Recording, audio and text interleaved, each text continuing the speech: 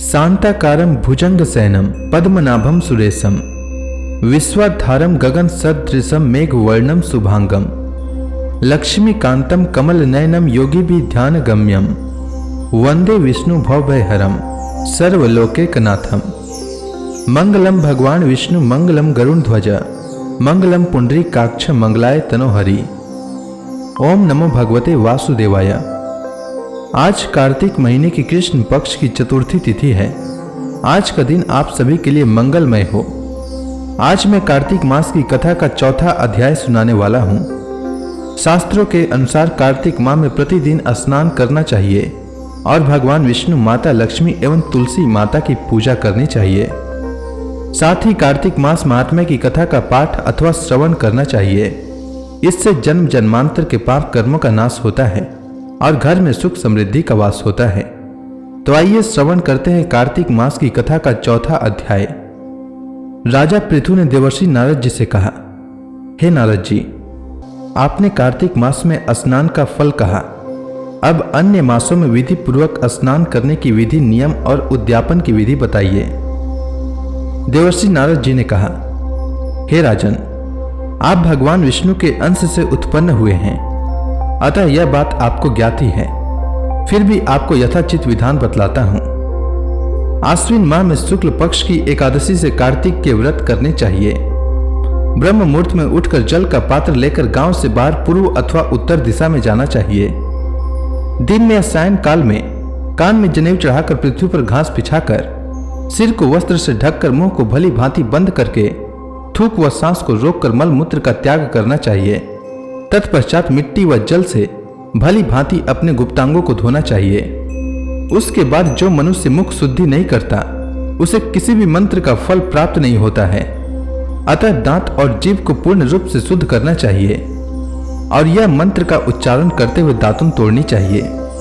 यह मंत्र है, हे वनस्पते, आप मुझे आयु, कृति, तेज, प्रज्ञा, पशु, संपत्ति, महाज्ञान, बुद्धि और विद्या प्रदान करो। इस प्रकार उच्चारण करके वृक्ष से 12 अंगुल की दातुन लें। दूध वाले वृक्षों से दातुन नहीं लेनी चाहिए। इस प्रकार कपास, कांटेदार वृक्ष तथा जले हुए वृक्ष से भी दातुन लेना मना है। जिससे उत्तम गंध आती हो और जिसकी टहनी कोमल हो, ऐसे ही वृक्ष से दंत धावन ग्रहण करना चाहिए। प्रतिपदा, अमावस्या, नवमी, छठी, रविवार को चंद्र तथा सूर्य ग्रहण में दातुन नहीं करनी चाहिए। तत्पश्चात भली भांति स्नान करके फूल माला, चंदन और पान आदि पूजा की सामग्री लेकर प्रसन्नचित्त व भक्ति पूर्वक शिवालय में जाकर सभी देवी देवताओं की अर्घ्य, आचमनीय आदि वस्तुओं से पृथक पृथक पूजा करके प्रणाम तथा प्रार्थना करना चाहिए। फिर भक्तों के स्वर में स्वर मिलाकर श्री हरि का कीर्तन करना चाहिए। मंदिर में जो गायक भगवान श्री हरि का कीर्तन करने आए हों, उनका माला, चंदन और तांबुल आदि से पूजन करना चाहिए। क्योंकि सतयुग में भगवान विष्णु को अपनी तपस्या, योग और दान द्वारा प्रसन्न करते थे, परंतु कलयुग में भगवत गुणगान को ही भगवान श्री हरि को प्रसन्न करने का एकमात्र साधन माना गया है।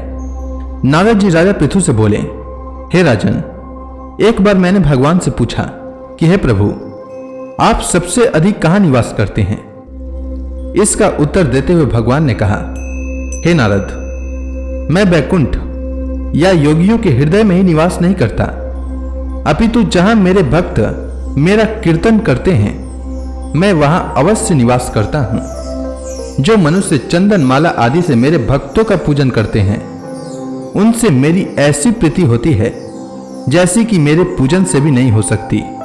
नारद जी ने फिर कहा, शिरीष, धतूरा, गिरजा, चमेली, केसर, कंदार और कटहल के फूलों से व चावलों से भगवान विष्णु की पूजा नहीं करनी चाहिए। अटहल, कंद, गिरीश, जूही, मालती और केवड़ा के पुष्पों से भगवान शंकर की पूजा नहीं करनी चाहिए। जिन देवताओं की पूजा में जो फूल निर्दिष्ट हैं, उन्हीं से उनका पूजन करना चाहिए। पूजन समाप्ति के बाद भगवान से क्षमा प्रार्थना करनी चाहिए, यथा, हे सुरेश्वर, हे देव, न मैं मंत्र जानता हूं न क्रिया, मैं भक्ति से भी हीन हूं। मैंने जो कुछ भी आपकी पूजा की है उसे पूरा करें। ऐसी प्रार्थना करने के पश्चात साष्टांग प्रणाम करके भगवत कीर्तन करना चाहिए, श्री हरि की कथा सुननी चाहिए और प्रसाद ग्रहण करना चाहिए। जो मनुष्य बताए हुए विधि के अनुसार कार्तिक व्रत का अनुष्ठान करते हैं वह जगत के सभी सुखों को भोगते हुए अंत में मुक्ति को प्राप्त करते हैं। नारद जी ने आगे कहा, जब 2 घड़ी रात बाकी रहे तब तुलसी की मृत्तिका, वस्त्र और कलश लेकर जलाशय पर जाएं। कार्तिक में जहां कहीं भी ठंडा जल जलाशय में मौजूद हो वहां पर स्नान करना चाहिए। गर्म जल की अपेक्षा ठंडे जल में स्नान करने से 10 गुना पुण्य होता है। उससे 100 गुना पुण्य बाहरी कुएं के जल में स्नान करने से होता है। उससे अधिक पुण्य बावड़ी में और उससे भी अधिक पुण्य पोखर में स्नान करने से होता है। उससे 10 गुना झरनों में और उससे भी अधिक पुण्य कार्तिक में नदी में स्नान करने से होता है। उससे भी 10 गुना पुण्य वहां होता है जहां 2 नदियों का संगम हो, और यदि कहीं 3 नदियों का संगम हो तब तो पुण्य की कोई सीमा नहीं होती। स्नान से पहले भगवान का ध्यान करके स्नानार्थ संकल्प करना चाहिए। फिर तीर्थ में उपस्थित देवताओं को कर्मशः अर्घ्य, आचमनीय आदि देना चाहिए। अर्घ्य मंत्र इस प्रकार है, हे कमलनाथ आपको नमस्कार है, हे जलसाई भगवान आपको प्रणाम है, हे ऋषिकेश आपको नमस्कार है। मेरे दिए अर्घ्य को आप ग्रहण करें। वैकुंठ प्रयाग तथा बद्रिकाश्रम में जहां कहीं भगवान विष्णु गए वहां उन्होंने 3 प्रकार से अपना पांव रखा था। वहां पर ऋषि वेद यज्ञों सहित सभी देवता मेरी रक्षा करते रहें। हे जनार्दन, हे दामोदर, हे देवेश आपको प्रसन्न करने हेतु मैं कार्तिक मास में विधि विधान से ब्रह्म मुहूर्त में स्नान कर रहा हूँ। आपकी कृपा से मेरे सभी पापों का नाश हो। हे प्रभु, कार्तिक मास में व्रत तथा विधि पूर्वक स्नान करने वाला मैं अर्घ्य देता हूँ। हे बलशाली राक्षसों को संहार करने वाले भगवान, हे पापों का नाश करने वाले, कार्तिक मास में प्रतिदिन दिए हुए मेरे इस अर्घ्य द्वारा कार्तिक स्नान का व्रत करने वाला फल मुझे प्राप्त हो। तत्पश्चात विष्णु, शिव तथा सूर्य का ध्यान करके जल में प्रवेश कर नाभि के बराबर जल में खड़े होकर विधि पूर्वक स्नान करना चाहिए। गृहस्थी को तिल और आंवले का चूर्ण लगाकर तथा विधवा स्त्री व यति को तुलसी की जड़ की मिट्टी लगाकर स्नान करना चाहिए।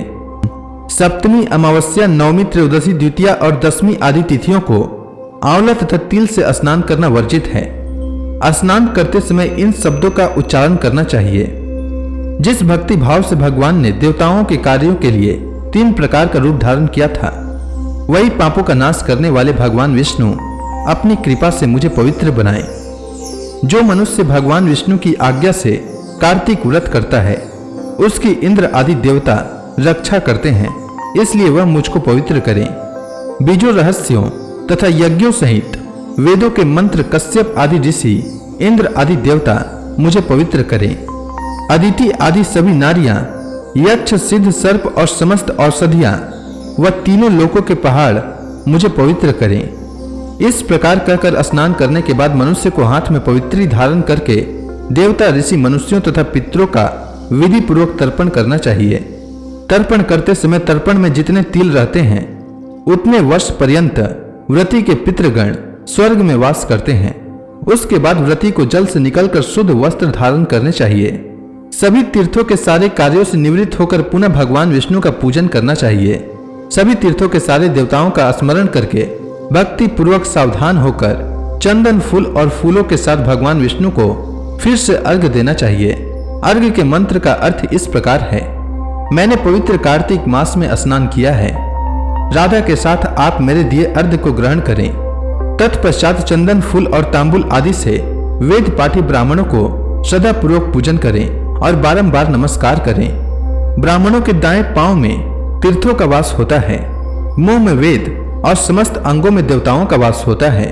अपने कल्याण की इच्छा रखने वाले मनुष्य को इनका न तो अपमान करना चाहिए और न ही इनका विरोध करना चाहिए। फिर एकाग्रचित होकर भगवान विष्णु की प्रिय तुलसी जी की पूजा करनी चाहिए। उनकी परिक्रमा करके उनको प्रणाम करना चाहिए और कहना चाहिए, हे देवी, हे तुलसी, देवताओं ने ही प्राचीन काल से तुम्हारा निर्माण किया है और ऋषियों ने तुम्हारी पूजा की है। हे विष्णु प्रिया तुलसी, आपको नमस्कार है, आप मेरे समस्त पापों को नष्ट करें। इस प्रकार जो मनुष्य भक्ति पूर्वक कार्तिक व्रत का अनुष्ठान करते हैं वे संसार के सुखों का भोग करते हुए अंत में मोक्ष को प्राप्त करते हैं। तो इसी के साथ कार्तिक मास महात्म्य की कथा का चौथा अध्याय समाप्त हुआ। अब आगे की कथा मैं कल लेकर आता हूं। तब तक के लिए भगवान विष्णु का नाम लेते रहें। तो प्रेम से बोलिए विष्णु भगवान की जय, तुलसी माता की जय, कृष्ण भगवान की जय, लक्ष्मी माता की जय, समस्त देवी देवताओं की जय।